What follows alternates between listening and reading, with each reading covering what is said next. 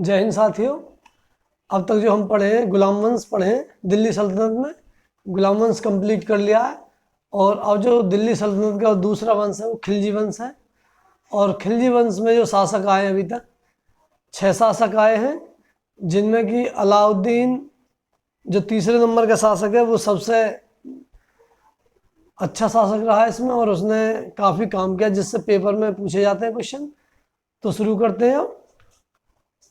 तो पढ़ेंगे खिलजी वंश।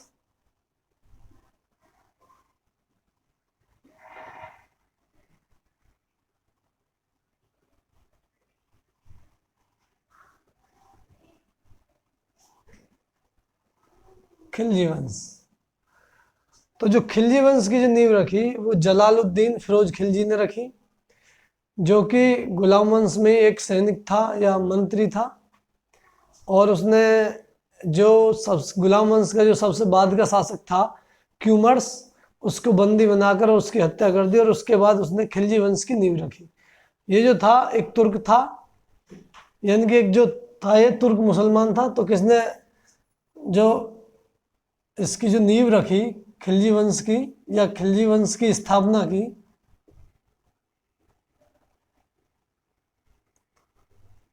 जो इसकी स्थापना की वो की जलालुद्दीन खिलजी ने। जलालुद्दीन फिरोज खिलजी।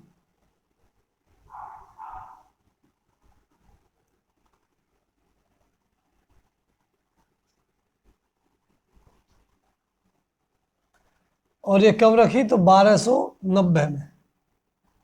1290 में। और जो पूरा जो खिलजी वंश का जो टाइम है, शासनकाल जो खिलजी वंश का रहा है वो 1290 से 1320 तक रहा है। 1320 तक खिलजी वंश ने शासन किया दिल्ली सल्तनत पर। तो यानी कि 30 वर्ष शासन किया है।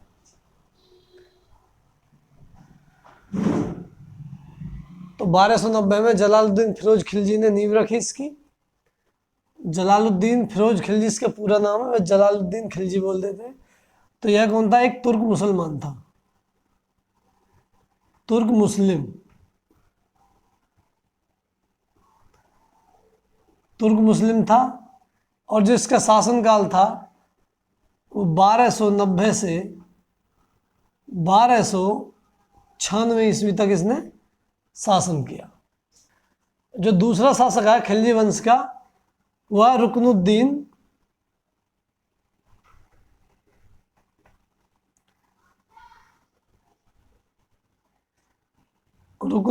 उमर। यह जो गद्दी पर बैठा यह 1296 में बैठा, और 1296 इसे हटा दिया। इसके बाद अलाउद्दीन खिलजी बैठा।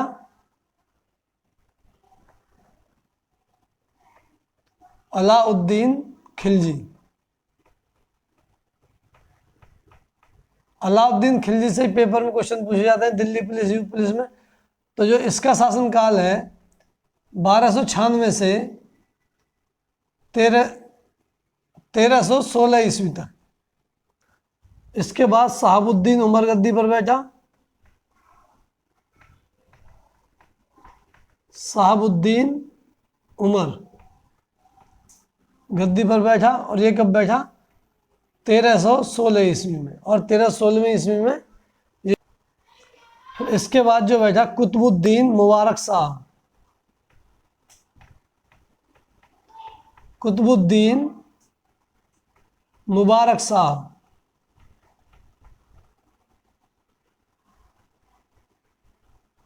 ये गद्दी पर बैठा 1316 से 1320 तक।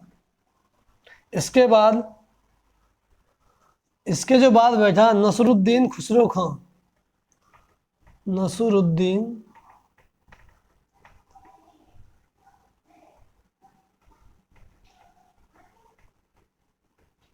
खुसरो खां, ये जो बैठा कब? 1320 में। और ये सबसे लास्ट शासक था इस वंश का।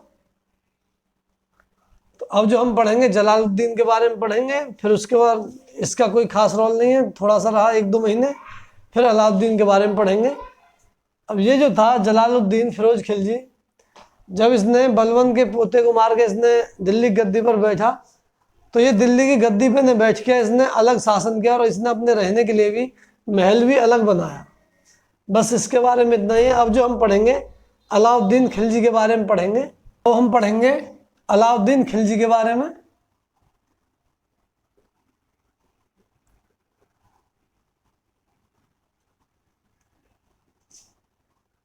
अलाउद्दीन खिलजी,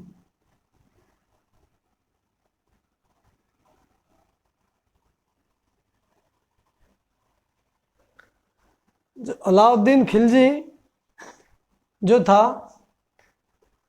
जलालुद्दीन फिरोज के भतीजा था और दामाद भी था।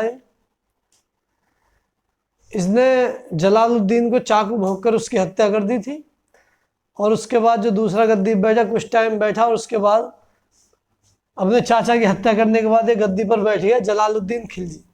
तो इसका जो शासनकाल है 1296 से, क्योंकि जो संस्थापक थे जलालुद्दीन खिलजी 1290 से 1296 तो उसने शासन किया था। तो इसका जो जलालुद्दीन खिलजी का जो शासनकाल था 1296 से 1216 ईस्वी तक रहा, 1316 ईस्वी तक रहा।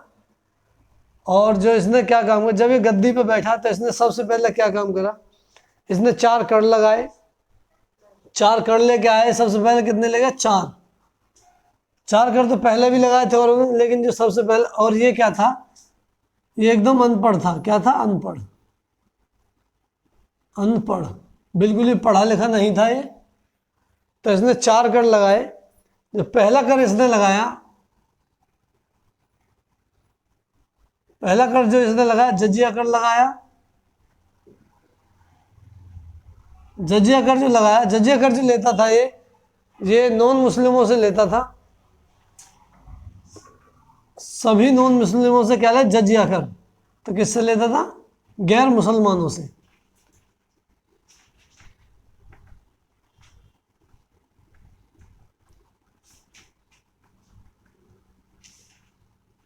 गैर मुसलमानों से लिया जाने वाला कर।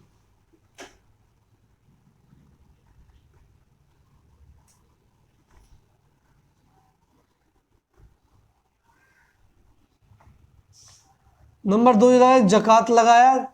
जकात ये क्या था? ये मुस्लिमों से लिया जाने वाला धार्मिक कर था।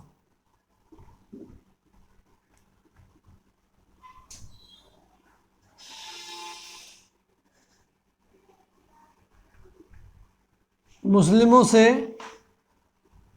लिया जाने वाला धार्मिक कर।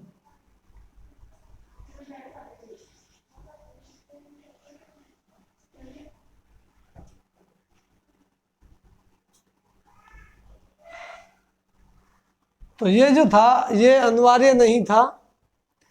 ये जो जकात जो था ये मुस्लिमों से लिया जाता था और ये धर्म के लिए लिया जाता, मस्जिद बनाने में और जो भी धर्म में गरीब लोगों की सहायता करने के लिए। और इसका एक अनुपात था 1/40। जो तीसरा कर था वो खिराज था।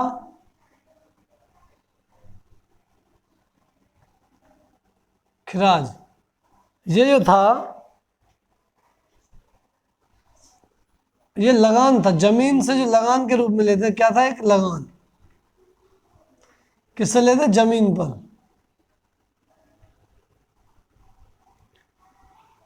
तो ये क्या था? लगान था, जमीन पर लिया जाता। और जो चौथा था वो था खुम्स। तो जो ये खुम्स था ये क्या था? सैनिकों द्वारा लूटा हुआ माल।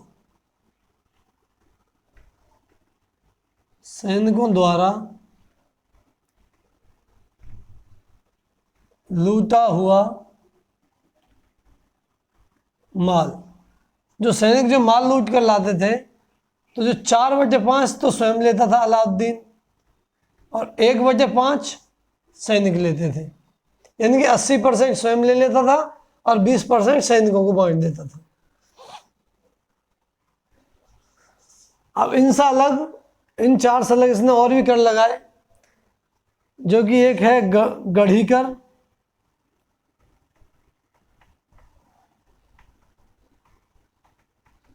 ये था जो भी अपना घर बनाएंगे, जो भी इसके राज्य में रहने वाला इंसान घर बनाएगा तो वो ये देता था गढ़ीकर।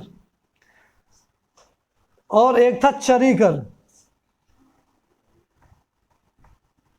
चरीकर चरीकर क्या था? जिसके पशु चरागाह में चरने जाएंगे, जो भी अपने पशु को चरागाह में चराएगा वह इस कर को देते थे। तो इसने चारों तरफ कर की दुकान लगा दी, एकदम बहुत बहुत ज़्यादा इसने कर लिए। आ रहा समझ में? तो इसने काफ़ी कर लिए, और भी कर इसके हैं। और इसने जो चलाया एक बाजार नियंत्रण नीति लागू की। एक बार और सुन लो दोबारा। तो जो ये अलाउद्दीन खिलजी है, इसका शासनकाल था 1296 1216, 1296 1316 था। और ये एक नंबर बिल्कुल अनपढ़ था ये, और इसने अपने चाचा को मार दिया था, जलालुद्दीन को।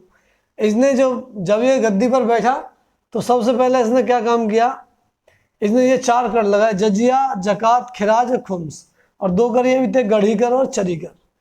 तो जजिया था, ये गैर मुसलमानों से लिया जाने वाला कर था। जकात था, मुस्लिमों से लिया जाने वाला धार्मिक कर था। खिराज था, लगान, जो कि जमीन पर लगान लिया जाता था। खुम्स था, सैनिकों द्वारा लूटा हुआ माल। तो इसमें 80% स्वयं रखता था और 20% सैनिकों को बांट देता था। इसने गढ़ीकर लगाया, जो कि जो भी मकान बनाएगा वो इस कर को देता था, मकान बनाने वाला सुल्तान को कर देगा। चरीकर, जो भी चरागाह में अपने पशु चराएगा वो चरीकर देगा। इसके मैंने कर बता दिया आपको। अलाउद्दीन खिलजी का जो बचपन का नाम था, इसका जो बचपन का नाम था वो था अली गुरसफ। अली गुरसफ, इसके बचपन का क्या नाम था? अली गुरसफ था। और इसने जब ये सिंहासन पर बैठा तो इसने उपाधि धारण की थी किसकी? सिकंदर सानी की।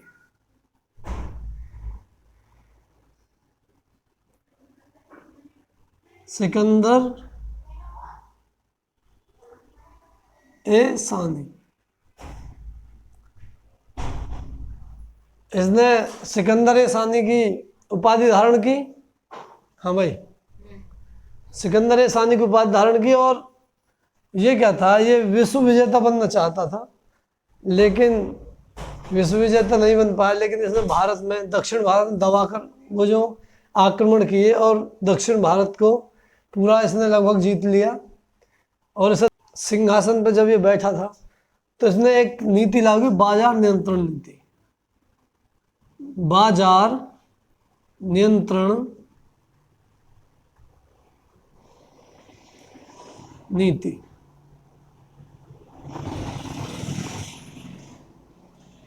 इसने क्या किया?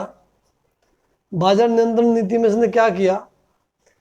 इसने एक नियम बना दिया कि जो चीज जितने में बिकेगी, एक मूल्य निर्धारित कर दिए कि मेरे पूरे राज्य में एक नियम रहेगा जो जिसकी फिक्स रेट होगा, हर सामान का फिक्स रेट रहेगा।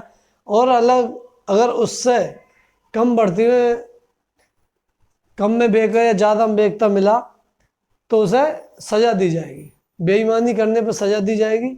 और अगर किसी ने कोई भी सामान कम तोल के दिया तो उसका इतना ही मांस निकलवा के, तोल के इतना ही मांस निकाल लिया जाएगा। तो जो इसकी नीति थी, कहने को ये अनपढ़ था लेकिन नीति जो थी इसकी बहुत प्रभावशाली थी। तो बाजार नियंत्रण इसने बहुत अच्छा किया। बाजार में जो मिलने वाला सब सामान है, जैसे गेहूं, मान लो गेहूं ले रहे हैं, चावल ले रहे हैं,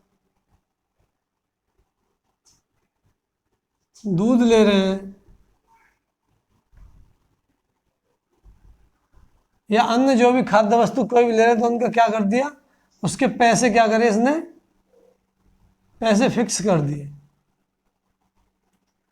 इसने क्या करा? पैसे फिक्स कर दिए कि इससे कोई ज़्यादा नहीं लेगा। और इस पर जो नियंत्रण, बाजार पे जो नियंत्रण करने वाला जो था, इन मंडियों में जो नियंत्रण करता था, मंडियों का जो नियंत्रक कहलाता था, जो मंडी के ऊपर जो था, यानी मंडियों का मुखिया,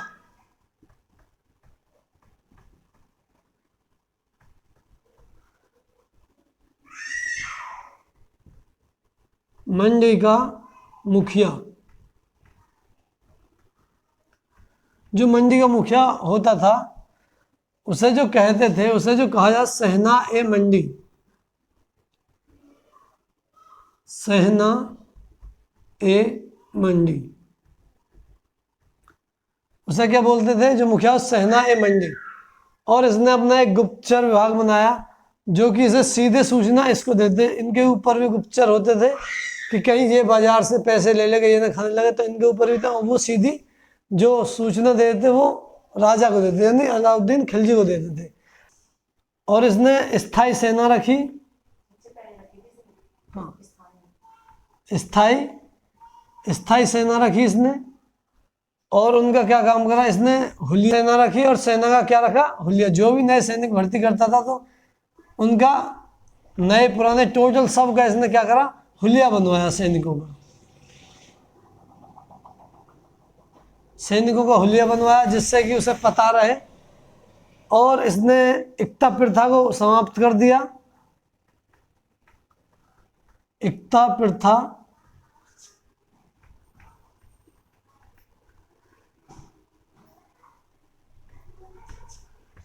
एकता प्रथा को समाप्त कर दिया। और एकता प्रथा के स्थान पर इसने नगद वेतन दिया सैनिकों को, नकद वेतन, नगद वेतन दिया।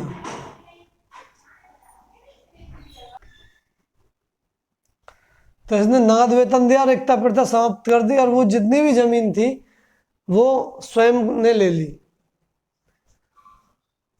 अब सेना के पास जो घोड़े होते थे,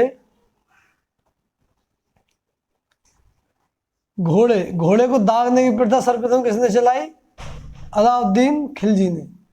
घोड़े को दागने की प्रथा चलाई इसने। और जो स्थायी सेना थी वो सबसे पहले किसने शुरू की, सबसे पहले इसी ने शुरू की स्थायी सेना रखना, अलाउद्दीन खिलजी ने। हुलिया सबसे पहले इसी ने शुरू किया, कहने को अनपढ़ था लेकिन काम इसने सब वो किए बढ़िया। क्योंकि जब ये नगद वेतन देता था तो ये इसलिए कि कोई 2 बार 3 बार वेतन न ले जाए, या आए कोई और काम कोई और करे, हमारे यहाँ वेतन कोई और ले जाए। तो घोड़े दागने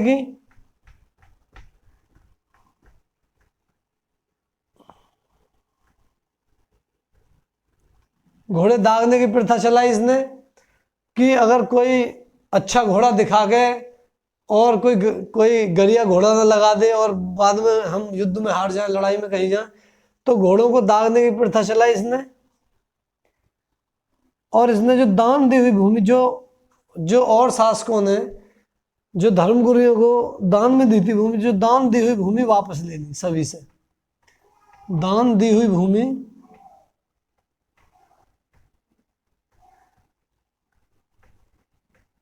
वापस ले ली।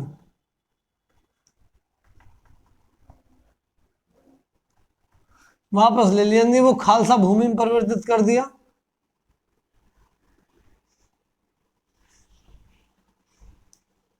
खालसा भूमि मतलब सरकारी भूमि, सरकारी यानी कि जो राज्य के राजा के अंडर में रहेगी उस भूमि में। और ये जो एकता प्रथा क्या थी, जो ये एकता प्रथा थी ये थी कि एक जमीन का कोई टुकड़ा देके, जमीन का कुछ भाग देके, 1-2 बीघे जो भी है, उसके बदले सैनिक रख लेना, सैनिक को वेतन ना देके जमीन दे देना कि जो हमारा सैनिक रहेगा वो जमीन को जोतेगा, बोएगा, अपने बच्चों को खिलाएगा पिलाएगा। तो वो एकता जो थी ये थी, आगे समझ में, ठीक है। और इसने एकता खत्म कर दी कि भाई जमीन को हम रखेंगे, उस पर लगान लेंगे। ये जो इसने खम्स चलाया, तो ये जजिया जकात और ये खिराज खम्स, जो खिराज चलाया इसने, तो ये कहता लगान था, तो ये भूमि इनसे वापस लेके इनसे लगान लिया और इन्हें नगद वेतन देना शुरू किया, ठीक है। तो ये जो दान दी हुई भूमि थी, जो पहले मुस्लिम शासकों ने धर्मगुरुओं को दान में दी थी, इसने वो सब वापस लेके खालसा भूमि में इन सब भूमि को परिवर्तित कर दिया। लेकिन जो इसकी नीति थी वो काफ़ी कुछ अच्छी भी थी, कुछ जो लेता था लगान वगैरह, ये 50% लेता था, तो ये इसका लगान का जो मामला था वो बहुत खतरनाक था, बहुत ज़्यादा। अलाउद्दीन जो था ये एक ऐसा शासक है जिसने अपने किसी भी धर्मगुरु या खलीफा से सुल्तान या किसी की उपाधि धारण नहीं की। ये स्वयं इसने इसने सभी खलीफाओं से जो भी थे उन सबसे हस्तक्षेप करने से अपने दरबार में मना कर दिया कि मेरे दरबार में कोई भी किसी प्रकार की दखल नहीं देगा, जो भी हूँ मैं हूँ, मेरे से ही शासन चलता है। तो इसने किसी को भी और किसी से सुल्तान की उपाधि नहीं ली, यानी कोई धर्म गुरु का कोई बीच में इंटरफेयर नहीं होने दिया। और जो इसने अब जो हम इसके बारे में पढ़ेंगे, क्या पढ़ेंगे, अलाउद्दीन की विजयों के संबंध में पढ़ेंगे हम।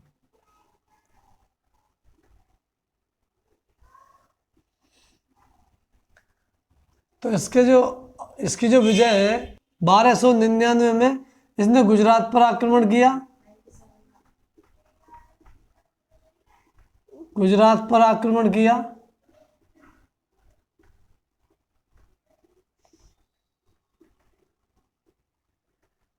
और जो यहाँ का राजा था कर्णदेव, कमला देवी शादी, जो ये कर्णदेव था ये हारा क्या, ये भाग गया था इसका नाम सुन के ही। जब ये भाग गया तो ये और इसने अपनी इसकी कर्णदेव की वाइफ से शादी कर ली और इसकी एक पुत्री थी, उसकी शादी अपने पुत्र खिज्जर खां से करवा दी थी। तो पत्नी को स्वयं से शादी कर ली और बेटी से अपने बेटे की शादी करा दी। और जो अलाउद्दीन है ये गुजरात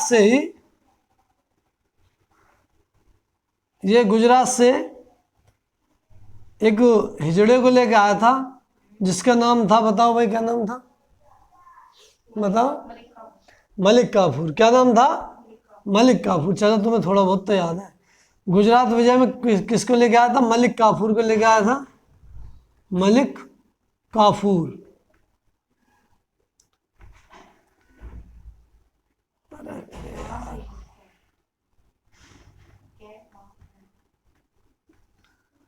ये मलिक काफूर को लेके आया था, कितने में लेके आया था, 1000 दीनार में। 1000 कितने में, दीनार में। तो इसलिए हम इसे क्या बोलते हैं, 1000 दीनारी। तो इसलिए हम इसे क्या बोलते हैं, 1000 दिनारी बोलते हैं। ये बहुत कलाकार था एक तरह से, बहुत बढ़िया, कहने को हिजड़ा था। कौन था ये, हिजड़ा था ये। लेकिन इधर लिखे दे रहा हूं, लेकिन ये जो था, चलो इधर लिखे देता हूं, कौन था ये, हिजड़ा। और आगे चल के इसका सेनापति बन जाता है। और ये काफ़ी विजय करता है, बहुत ज़्यादा। और ये ऐसे कुछ दिन के लिए 20-36 दिन के आसपास इसको ये राजगद्दी पर भी बैठता है, इतना खुश हो जाता है इससे अलाउद्दीन। तो ये बहुत ही कारगर निकला इसके लिए। और जो गुजरात को जो जीतने वाले जो थे, इसके सेनापति जो थे, वो थे नुसरत खां और उलूग खां। उलूग खां, ये इसके दो सेनापति जिन्होंने गुजरात जीता था। अब इसने 1301 ईस्वी में इसने रणथंभौर पर स्वयं आक्रमण किया। रणथंभौर,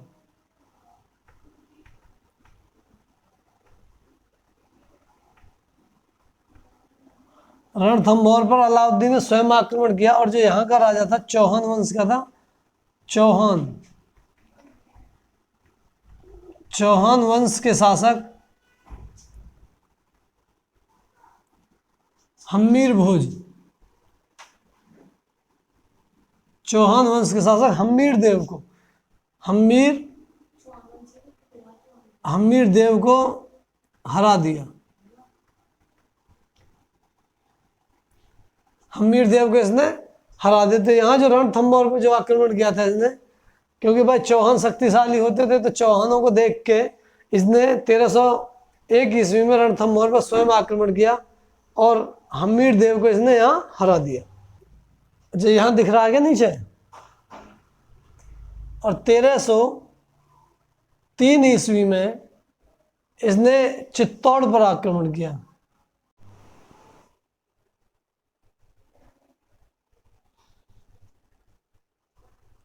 अगर यहाँ कुछ हुआ तो बता दिएगा, तो ठीक है। हाँ, तो जो ये चित्तौड़ के जो राजा थे राणा रतन सिंह, जब उन्हें मार दिया युद्ध में छल से या जैसे भी, उसके बाद इनकी जो पत्नी थी रानी पद्मावती, उन्होंने अपनी जो और जो सभी विधवा औरत थी सब ने बहुत काफ़ी संख्या में यहाँ पर जौहर किया। और उसके बाद जो हुआ, इसकी दक्षिण विजय के बारे में पढ़ेंगे हम। तो जो दक्षिण अभियान के लिए जो भेजा इसने, जो एक हिजड़ा लेके आया था, क्या नाम था, मलिक काफूर। मलिक काफूर दक्षिण अभियान में इसने मलिक काफूर को भेजा। तो काफूर ने 1307 ईस्वी में देवगिरी पर आक्रमण, देवगिरी को जीत लिया आक्रमण करके, देवगिरी को जीत लिया। जो 1310 में इसने वारंगल को जीता, वारंगल पर विजय प्राप्त करी। और 1311 ईस्वी में 1311 ईस्वी में इसने द्वार समुद्र को जीता।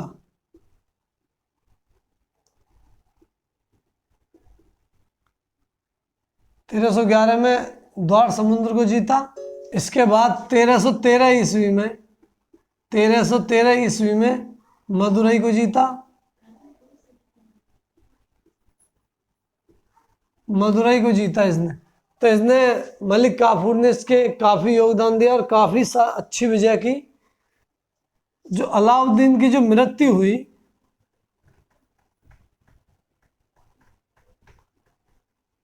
अलाउद्दीन की जो मृत्यु, इसके क्या हुआ, इसकी आंतों में इन्फेक्शन हो गया, उन्हें पानी भर गया। और उस 1316 ईस्वी में क्या हुआ, इसकी मृत्यु हो गई 1316 ईस्वी में। तो अलाउद्दीन की मृत्यु हो जाती है, इसकी आंतों में पानी भर जाता है, इसकी बीमारी बन जाती है और इसकी मृत्यु हो जाती है। अब इसके बाद जो हम पढ़ेंगे, इसके बेटे मुबारक शाह खिलजी के बारे में पढ़ेंगे।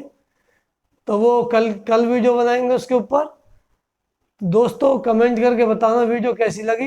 वीडियो अच्छी लगे तो लाइक करना, शेयर करना और चैनल को सब्सक्राइब करना। जय हिंद साथियों।